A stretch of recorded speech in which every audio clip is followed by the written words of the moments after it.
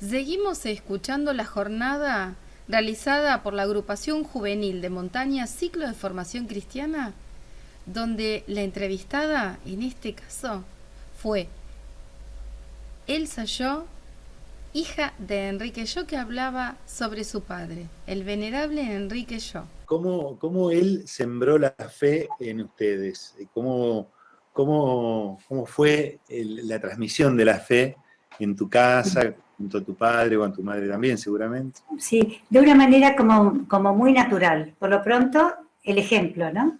El ejemplo, nosotros sabíamos que mientras nosotros nos vestíamos, él ya se había vestido, ya se había afeitado y se había ido a misa cerca, tenía 2 cuadras, 3 cuadras, una iglesia donde tenía misa de 7 de la mañana, volvía, tomaba el desayuno, todo rápido, como son las mañanas, y después, en algunos momentos, al principio sobre todo, él nos llevaba a mediodía al colegio y entonces rezábamos el Ángelus, siempre bendecíamos la mesa, era la única casa que yo veía que se bendecía la mesa, y después a la tarde, 8:30 más o menos, rezábamos el rosario. Y si había amigos, estábamos afuera, los amigos también venían, y yo también siempre me pregunto, porque cuando murió él, mi hermana mayor tenía casi 18 años, dice, ¿cómo lograba que los adolescentes también, o sea, íbamos todos, porque era de una manera natural. Él como que se ve que estaba siempre pensando en Dios, porque a veces veíamos un accidente, me llamó la atención, no, pero me gustó hace poquito, vi que el Papa también dijo eso, que cuando viéramos un accidente que recemos también por ellos, por los posibles heridos, posibles muertos. Bueno, eso lo hacíamos, rezábamos una Ave María, veíamos pasar un coche fúnebre, también rezábamos por las almas de los fieles difuntos, que descansen en paz. Veíamos un paisaje lindo y bueno, entonces, gracias Dios mío por lo que estoy viendo. Cualquier cosa que sucedía era, bueno, que se haga tu voluntad o que sea lo que Dios quiera. Pero todo, yo por ahí ahora lo digo todo seguido y parece como si fuera raro, pero era tan natural en nosotros escucharlo a él. Y después también él se fue a estudiar a Harvard, uno de los primeros cursos de management, era de 3 meses en ese momento, y yo tenía 8 años, y cuando murió mamá hace unos 15 años, recuperé algunas de mis cartas. Entonces ahí yo le decía, ¿cómo se llama? ¿Convertiste a mucha gente? Yo pienso que eso no se me ocurrió a mí, o sea, él nos hacía rezar para que convirtiéramos a mucha gente. Y otra carta que decía porque mucha gente en Estados Unidos, ¿no? Se ha confesado y comulgado gracias a las oraciones de mis hijitos. O sea, él nos hacía rezar. Y después yo también siempre rezaba por el apostolado de los laicos. No sabía qué quería decir, pero sabía que para papá era muy importante rezar. Y después también, por ejemplo, él también siempre estaba preocupado con los pecados de omisión. Yo tampoco sabía lo que era. Lo fui aprendiendo más grande, ¿no? Pero la verdad que fue él la primera persona que le escuché decir así con tanta fuerza y muchas veces decir como que él tenía esa preocupación, ¿no? De no hacer lo que tenía que hacer en cada momento. Después en todo lo que lo veíamos también, por ejemplo, cuando daba plata, bueno, eso también nos enteramos después con mamá, pero él, por ejemplo, en la iglesia yo siempre quería mirar cuánta plata ponía y él no me dejaba. Le abría los dedos, porque una vez le vi, entonces pues siempre quería ver si ponía lo mismo. Quiero decir, él como que era como esa generosidad, pero siempre oculta. Era una generosidad que, claro, una también por ahí lo veía y ahí no te das cuenta, pero teníamos, él tenía buenos sueldos, en algunos momentos pasó momentos más difíciles por X motivos, pero digamos que teníamos una buena vida, teníamos una casa cómoda, pudimos comprar, después se hizo el departamento del edificio al lado, pudimos comprar el mismo piso, ahí sí que estuvimos cómodos, teníamos todo lo necesario, pero como que en casa no había lujo. O sea, estábamos bien. El auto también me decía, después me lo dijo una persona también, una o dos personas más, o tres hombres, por supuesto, me hablaron de los autos de papá. Tu papá debería haber tenido un auto con el puesto que tenía que haber tenido un auto mucho mejor, era un auto muy común el que tenían ustedes, que nosotros lo adorábamos a la estanciera, que era incomodísima, pero cabíamos todos, cuando estábamos en la playa podíamos ir con la parte de atrás abierta y los pies colgando. Y después esa generosidad de una casa que teníamos que era de mi abuelo en San Miguel y que después quedó para mamá, y una casa también en la playa. Entonces nosotros en el verano íbamos siempre a la playa y esa casa de San Miguel la prestaba a algunas familias. Y cuando nosotros, y nosotros íbamos siempre a fin de diciembre más o menos a la playa, y entonces en diciembre también muchos veranos también iban otras familias, ¿no? Y también algunas personas lo comentaban, no es que papá iba y, daba la llave, sino que le daba la llave, ocupate para quien lo necesite, ¿no? Entonces iban familias que tenían muchos hijos y no tenían posibilidades de veranear. Bueno, ¿y qué otra cosa veíamos nosotros con él? Bueno, el cariño, esa ternura. El Papa Francisco ha hablado mucho de la ternura de Dios Padre, ¿no? Y es como que uno también, era lo que me imaginaba de papá, ¿no? Que siempre nos abrazaba, nos agarraba, pero para transmitirnos fortaleza. Y también fortaleza en las virtudes, en superarnos a nosotros mismos, por ejemplo, cuando íbamos al mar, de animarnos a pasar las rompientes, animarnos a andar en bicicleta, de animarnos a hacer cosas con prudencia, pero él siempre buscaba que fuéramos mejorando en todos los aspectos, o sea, no solo en el espiritual, que eso uno lo mama, ¿no? Podría ser así, pero después también en la parte humana. Qué hermosos recuerdos y qué lindo conocer así como la vida íntima, ¿no? Con todas las cosas que nos contás de tu padre.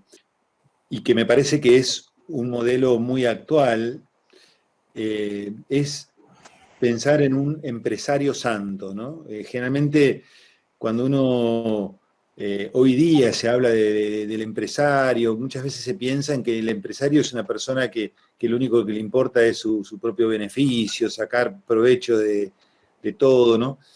Y yo me acuerdo cuando estuviste acá en la parroquia y diste la charla, las cosas hermosas que contabas de tu padre y cómo él tenía una visión muy particular de lo que debía ser una empresa, ¿no? Contanos un poco entonces ese aspecto de la santificación del trabajo, ¿no? Que es algo que creo que tenemos que aprender todos, ¿no? Cada uno en su trabajo puede descubrir que el propio trabajo es un camino concreto a la santidad si uno lo vive según Dios, y tu papá creo que en eso nos puede dar un ejemplo grande a todos, ¿no? Sí, él buscaba en todo, o sea, no es que no era un perfeccionista, para nada, pero buscaba que hiciéramos las cosas bien, así como él también buscaba hacer las cosas bien, nosotros también, me acuerdo, hasta pasar las páginas del libro, cuidar las cosas, ¿no? Que también en eso está el vivir la pobreza para Dios, ¿no? Que uno está cuidando lo que tiene, que ha recibido mucho, y eso es para darlo para los otros o para cuidarlo. Y con el trabajo, él, como comentaban, como unas secretarias decían cómo papá los involucraba también a ellas, ¿no? Decían, ahora tengo una reunión importante, por favor, recen 3 Ave Marías. Entonces, muchísimas veces les hacía rezar 3 Ave Marías porque tenía una reunión que no sé, que sería ventas o quién sabe qué. A veces me ponía a imaginar qué serían esas reuniones importantes. Y dice que una vez le dijo, ay, por favor, recen una decena, que era ya una cosa muy importante. O sea, también en su trabajo él buscaba hacerlo bien, hacerlo cara a Dios. Muchas veces en sus escritos él ponía que era tan importante hacer el trabajo para ofrecerle a Dios un trabajo bien hecho.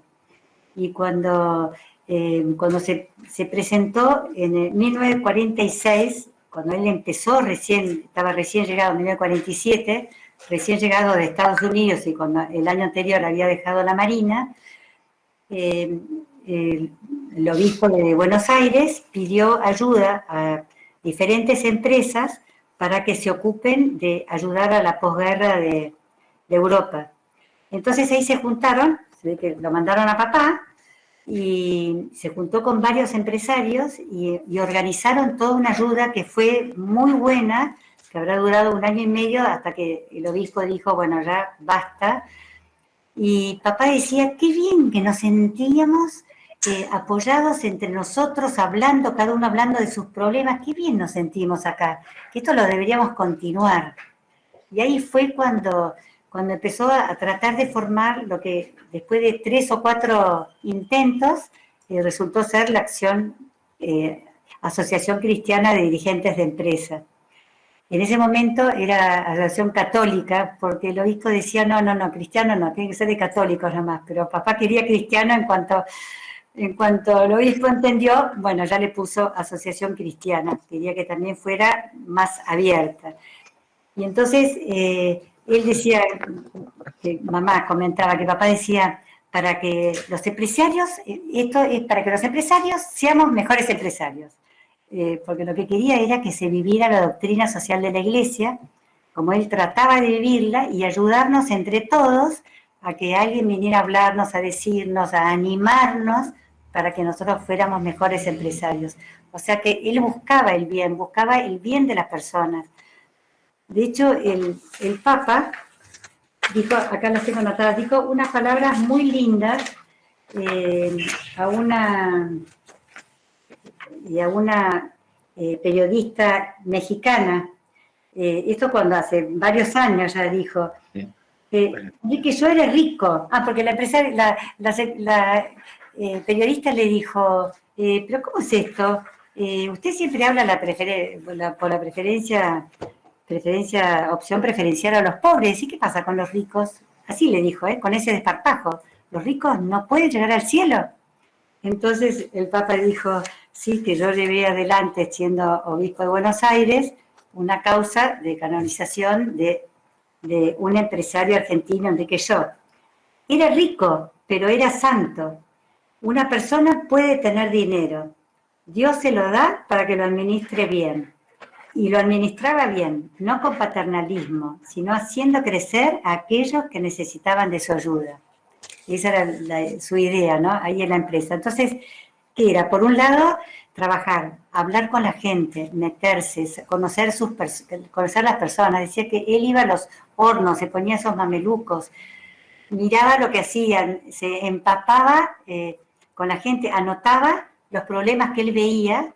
Tenía una libreta con sus apuntes personales y otra libreta con los defectos o las cosas que podía mejorar ahí en la fábrica.